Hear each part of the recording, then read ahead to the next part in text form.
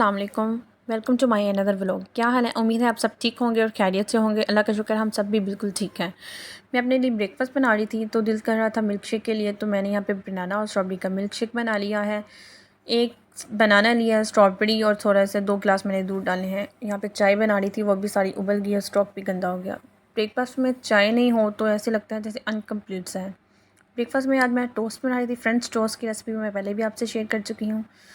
आज सिंपल से French toast मैंने बनाए हैं। बच्चों ने पहले ही ब्रेकफास्ट कर लिया था, उन्होंने ब्रेकफास्ट में पराठे खाए हैं। वो पसंद करते हैं पराठा खाना। हम वैसे भी यूजुअली आमतौर पे हमारे घर में पराठे ही बनते हैं, प्रेफर करते हैं, क्योंकि उससे फुल ऑफ एनर्जी मिलती है, काफ़ी देर तक फुल रहते हैं।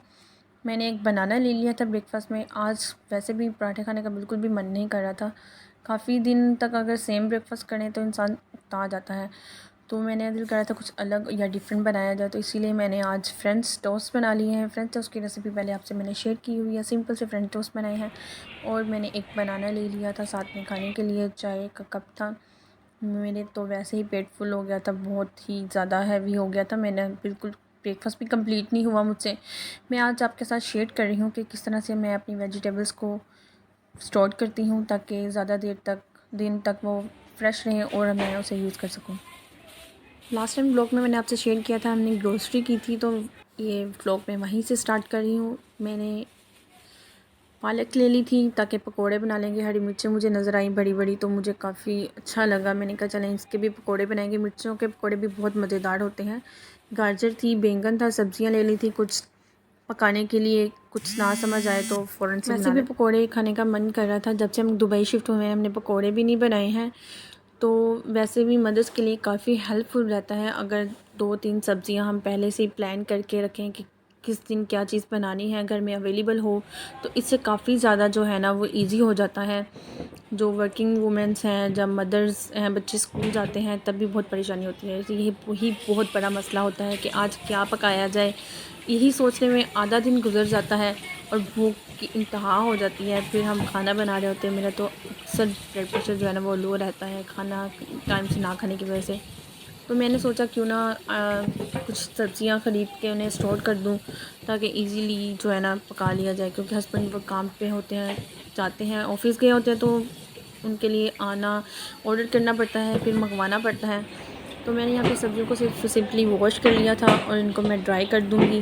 उसके बाद इनकी कटिंग की जाए करेंगे, क्योंकि अक्सर दिल करता है कि ये पास्ता बना लें, चाउमीन, वेजिटेबल राइस वगैरह, तो गाजर का काफ़ी ज़्यादा इस्तेमाल होता है। सब्जियों को मैंने वॉश कर लिया सिंपली। अब वगैरह होती हैं, नेस्टो, लुलु, यहाँ पे मार्केट्स हैं बहुत बड़ी, उनकी ऑफ़र्स होती हैं, तो वो इस तरह से पम्फलेट रख के जाते हैं। तो मैं इनको अक्सर यूज़ कर लेती हूँ। डस्टिंग वगैरह के लिए भी आप यूज़ कर सकते हैं। और इस तरह से टिश्यू पेपर, जब हमने पराठे वगैरह बनाते हैं तो टिश्यू पेपर ऑयली चीज़ को अब्ज़ॉर्ब करने के लिए ज़रूरत होती है, तो मैं इसका ही इस्तेमाल करती हूँ। यहाँ पे मैंने रख दिया था ताकि जो सब्ज़ियों में पानी है वो ड्रेन हो जाए, और मैंने तो सिंपली वो कपड़े के साथ साफ़ कर लिया था। किचन में खड़े होकर कटिंग वगैरह करनी, चॉपिंग वगैरह करना और खाना वगैरह बनाना, सब काम टोटली जो है ना किचन में खड़े होकर ही होता है, तो अक्सर जो है ना थक जाते हैं, काफ़ी थकावट हो जाती है। तो मैंने सोचा चलें आज सब्जियों की काफ़ी चॉपिंग वगैरह करनी है, तो अंदर बेड पे बैठ जाती हूँ और आराम से बैठ के कटिंग कर लेती हूँ, क्योंकि अभी तक टेबल चेयर वगैरह भी परचेज़ नहीं हमने किया है। कुछ समझ नहीं आ रहा था, क्योंकि किचन में इतना ज़्यादा जो है ना इतनी जगह भी नहीं है कि वहाँ पे कोई टेबल भी आ जाए, तो इसीलिए फिर कुछ समझ नहीं आ रहा। अभी डिस्कशन चल रही है हमारी। मैंने यहाँ पे गाजरों को पील कर लिया था, क्योंकि मैंने कहा कि चाउमीन के लिए अलग साइज़ की गाजर की कटिंग होती है और राइस के लिए अलग साइज़ की कटिंग होती है, तो इसीलिए मैंने कहा पहले बैंगन को काट लूँ। सिंपली मैं ना लंबे साइज़ में ही काटती हूँ बैंगन को अक्सर, तो मैंने कहा बैंगन को काट के उनको फ्रीज़ कर देती हूँ और गाजरों को भी मुख्तलिफ़ साइज़ में कटिंग करके इनकी फ्रीज़ कर दूँगी, ताकि जब भी ज़रूरत हो आसानी से निकाल के पका लिया जाए, तो बहुत ज़्यादा जो है ना सहूलत हो जाती है इंसान को। बैंगन की कटिंग हो गई थी और मैंने यहाँ पे गाजरें भी कुछ चॉप कर ली हैं इस साइज़ में, इनकी भी चॉपिंग कर ली है मैंने, थोड़ी सी लंबी लंबी रखी हैं। चाउमीन के लिए उसमें अच्छी लगते हैं नूडल्स में इस साइज़ की गाजर। सब्जियों को फ्रीज़ कर सकते हैं, पूरे एक वीक का मील भी बना के आप फ्रीज़ कर सकते हैं। चाउमीन और राइस के लिए भी जो भी वेजिटेबल्स चाहिए होती हैं हमें, कैप्सिकम, गाजर, बंद गोभी वगैरह आप उसको काट के फ्रीज़ कर सकते हैं ताकि आसानी से आप निकाल के और बना सकें।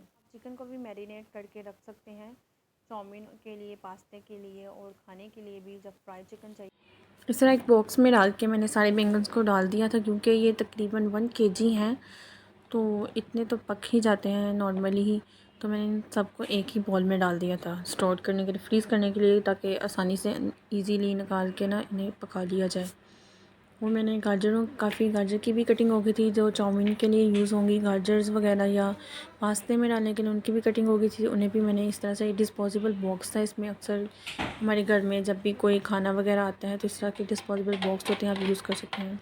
मेरे पास ये एक चॉपर है, इसमें काफ़ी किस्म की जो है ना टूल्स हैं जिससे आप काफ़ी साइज़ की जो है ना चीज़ों की, सब्जियों की कटिंग कर सकते हैं। तो मुझे बिल्कुल भी ज़हन में नहीं था, मैंने कहा यूँ ही मैं ना इतना थक रही हूँ कटिंग कर कर के। जैसे मुझे याद है कि गाजरें कुछ बिली कच करनी थी थोड़ी सी मुझे सैंडविच वगैरह के लिए, तो मुझे याद आया, तो फिर पता जहन में आया कि मेरे पास जो है ना चॉपर है, मैं उसी में कटिंग कर लूँ। तो इसलिए फिर मैंने इसमें थोड़ी सी गाजरें बिली कच की थी। ये बहुत ही हेल्पफुल रहता है चॉपिंग के लिए। थोड़ी सी गाजरें बिली कच कर ली थी और इनको एक टिश्यू पेपर रखा था मैंने इस बॉक्स के अंदर, और उसमें गाजर रख दी थी। इसमें अगर इस तरह से अगर आप रखते हैं तो आप नीचे फ्रिज में भी तकरीबन 3 से 4 दिन तक आराम से गाजर को रख सकते हैं, यूज़ कर सकते हैं। ये बिल्कुल फ्रेश रहती है, बिल्कुल भी इसका पानी जो है ना वो ड्रेन नहीं होता है। और इसमें मुख्तलिफ़ साइज़ के जो है ना हैं टूल्स हैं जिसमें आप मुख्तलिफ़ साइज़ की जो है ना चॉपिंग कर सकते हैं मुख्तलिफ़ सब्जियों की, गाजर, गोभी, बैंगन, शिमला मिर्च, anything you need to else.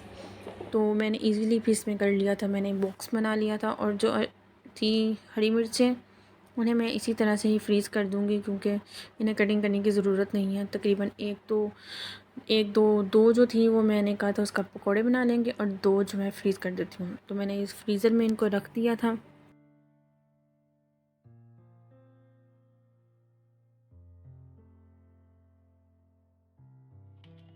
मैंने सोचा चलो थोड़ी सी इसकी सेटिंग भी कर दूँ ताकि चीज़ें जो है ना वो आसानी से आ जाएँ। ग्रोसरी की जब करते हैं आप तब तो फ्रीज़र आपका फुल हो जाता है, तो उसके बाद आहिस्ता आहिस्ता चीज़ें यूज़ होती रहती हैं, तो ज़ाहिर है फिर स्पेस खुद ब खुद बन जाती है।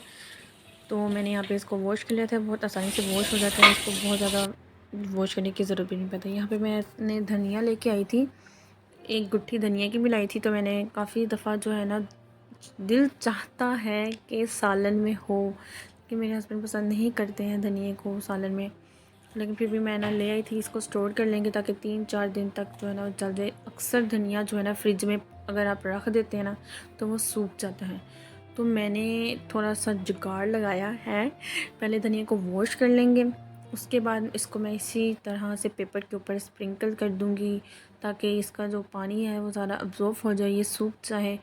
तो इसके ऊपर मैंने वैसे 2 टिश्यू पेपर रख दिए थे ताकि उसमें थोड़ा सा ना इसको जल्दी हो जाए, ताकि फिर उसके बाद मैं इसको जो है ना इसी तरह से एक पेपर के अंदर ही आप रख सकते हैं। न्यूज़पेपर ले लें आप, या कोई भी कागज़ ले लें, उसमें आप धनिया को डाल के उसको स्टोर कर सकते हैं। तो इस तरह से ये केक रस्क के जो पैकेट था उसमें था ये।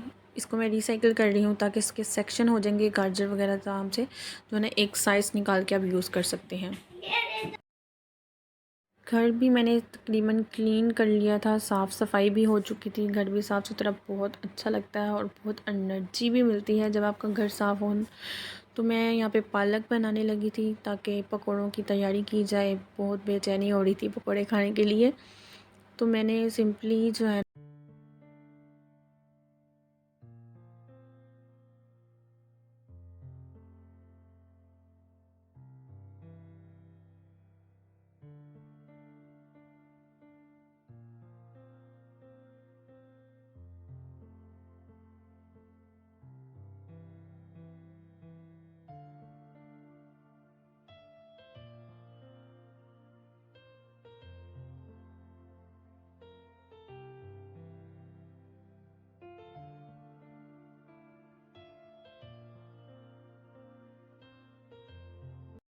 पालक की कटिंग कर ली थी मैंने। और ये जो स्ट्रेनर मैंने एक लिया है ना, ये बहुत हेल्पफुल रहता है। इसमें मैंने राइस भी स्ट्रेन कर लेती हूँ। मैंने एक बेकिंग सेट नज़र आ गया था तो मैंने ये परचेज़ कर लिया।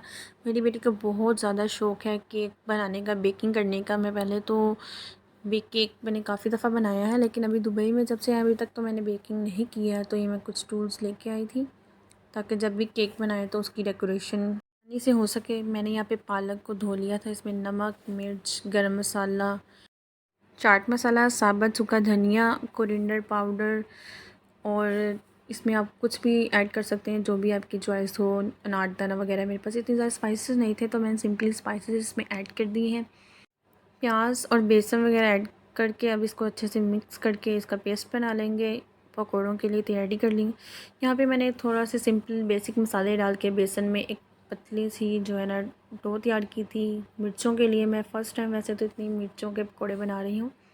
मैंने कभी इस तरह से साबित मिर्च के पकौड़े पहले नहीं बनाए हैं, तो आज ट्राई करते हैं, देखते हैं कैसे बनता है। वैसे तो मैंने इस तरह का थिक सा थोड़ा पेस्ट रखा है पहले, तो ताकि इसमें अच्छे से डिप करके देख लो। मैंने पहले डिप किया था, बिल्कुल भी डिप नहीं, अच्छे से उसमें कोटिंग ही नहीं हो रही थी मिर्च में। अगर किसी को पता है ये किस तरह से बिल्कुल बेसिक किया जाता है, बाज़ार में अक्सर देखें आप कितने मज़े के पकोड़े मिलते हैं ये मिर्च के, तो प्लीज़ ज़रूर मुझे कमेंट सेक्शन में बताइएगा। मैंने यहाँ पे सिंपल जो है ना ऐड कर लिया। बेसन मुझे कम लग रहा था तो मैंने इसमें थोड़ा सा और बेसन ऐड किया था, और क्योंकि मैं पहले कुछ कम ही रखती हूँ स्पाइसेस भी और बेसन वगैरह भी, ताकि ज़रूरत हो तो बाद में हम ऐड कर सकें और एक बेसिक पेस्ट जो है ना वो रेडी हो जाए पकौड़ों के लिए। काफ़ी कोशिश के बाद मैंने कहा चलें अब ट्राई करते हैं। मैंने पेस्ट को थोड़ा सा और पतला किया, फिर मैंने इसको थिक किया, तो कन्फ्यूज़न थी काफ़ी ज़्यादा, लेकिन अब जैसे भी लगा लगू के मैंने जो है ना मिर्च फ्राई कर ली, ताकि मैंने कहा देखते फ़र्स्ट एक्सपीरियंस है तो फ़र्स्ट टाइम हो ही जाता है कि किस तरह से इसको मैनेज करना है। आहिस्ता तो इंसान सीख जाता है, हर चीज़ तो इंसान को सीखने में टाइम लगता है। तो मैंने इसकी कोई रेसिपी भी नहीं देखी थी, ना ही पूछा किसी से, तो बेस्ट होता अगर मैं पूछ भी लेती तो रेसिपी अच्छी बन जाती। लेकिन जो मैंने बाद में खाए तो सच में बहुत ही मज़े के बने थे मिर्च के पकौड़े। लेकिन इसका जो टेस्ट है ना वो दूसरी मिर्च से काफ़ी डिफरेंट होता है। जो मिर्चें छोटी वाली मिर्च होती है ना वो ज़रा तीखी होती है, ये बिल्कुल भी तीखी नहीं होती है, तो अच्छा था टेस्ट इसका। फाइनली जो थे पकोड़े थे वो रेडी हो गए थे, और उसके बाद मैंने दूसरे पकोड़े फ्राई कर लिए थे। तो मैं थक गई थी काफ़ी ज़्यादा, तो अक्सर जब मैं थक जाती हूँ तो फिर मेरे हस्बैंड मेरी हेल्प कर देते हैं कुकिंग में।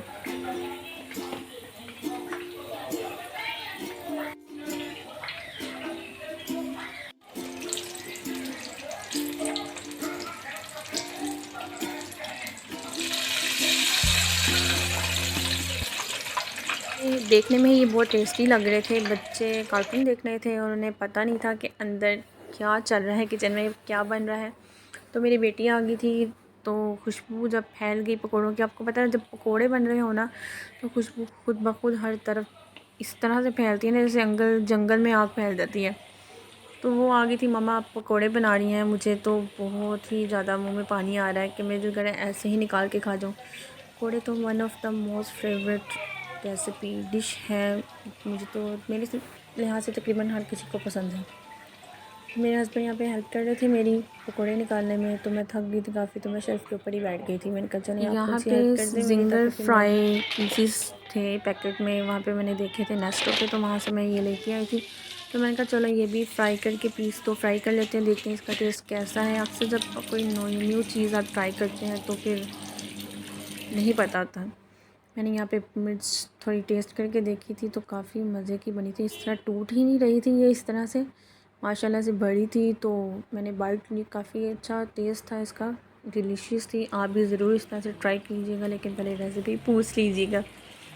तो मैंने जिंगर भी फ्राई कर लिए थे, वो भी हो गए थे, रेडी हो गया था।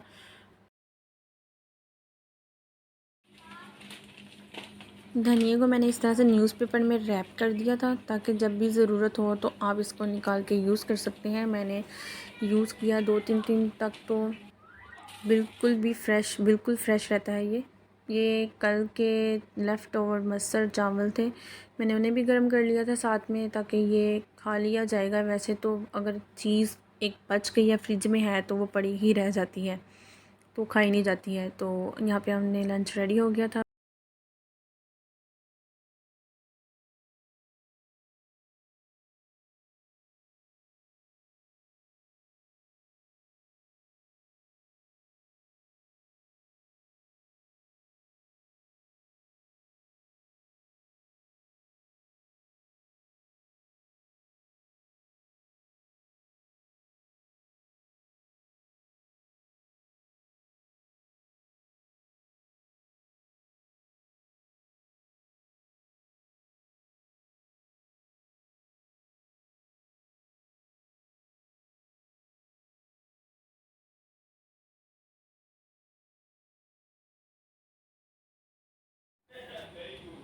ये चिकन शीश कबाब भी लेके आए थे और ये था बर्गर बीफ कबाब की जो होती हैं टिक्कियाँ वो थी।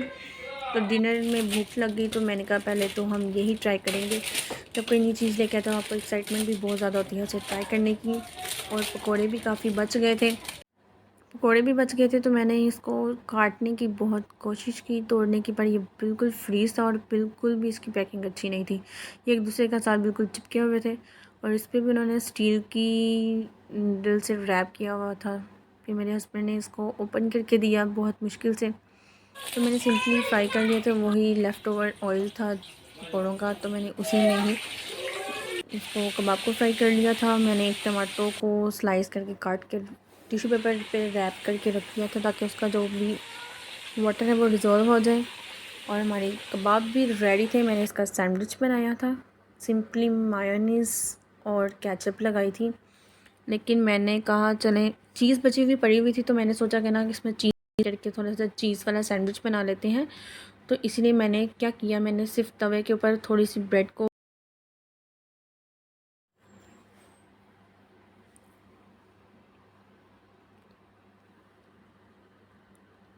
तवे पे टोस्ट करके उसके ऊपर मैंने चीज़ डाल दी थी और ढक्कन दे के रख दिया था। स्टीम के ज़रिए ही जो चीज़ थी वो मेल्ट हो गई थी, क्योंकि चीज़ इस तरह से ठंडी होती है, मेल्ट ना हो तो फिर उसका खाने का मज़ा नहीं आता। तो ये देखिए किस तरह से अच्छे तरीके से मेल्ट हुई थी। मैंने मायोनीज़ सिंपल लगा के उसके ऊपर केचप लगा दी थी। बच्चे ज़्यादा टमाटो केचप खाना पसंद करते हैं तो उनके लिए टमाटो केचप लगा दी थी। एक एक टमाटर का स्लाइस रखा था और हमारा सैंडविच जो था वो रेडी हो गया था। कीड़े पड़े हुए जो थे वो काफ़ी खुश्क हो गए थे। कबाब भी रेडी थे हमारे। इसमें सॉल्ट बहुत ज़्यादा था। जो हाई ब्लड प्रेशर के पेशेंट हैं वो तो बिल्कुल भी नहीं खा सकते। फिर खैर अल्लाह का शुक्र है हमारे घर में तो ऐसा कोई मसला नहीं। अल्लाह ताला जिनको भी ये मसला है अल्लाह ताला उनको सेहत तंदुरुस्ती दे। और कबाब सैंडविच यहाँ पे बहुत मज़ेदार बने थे।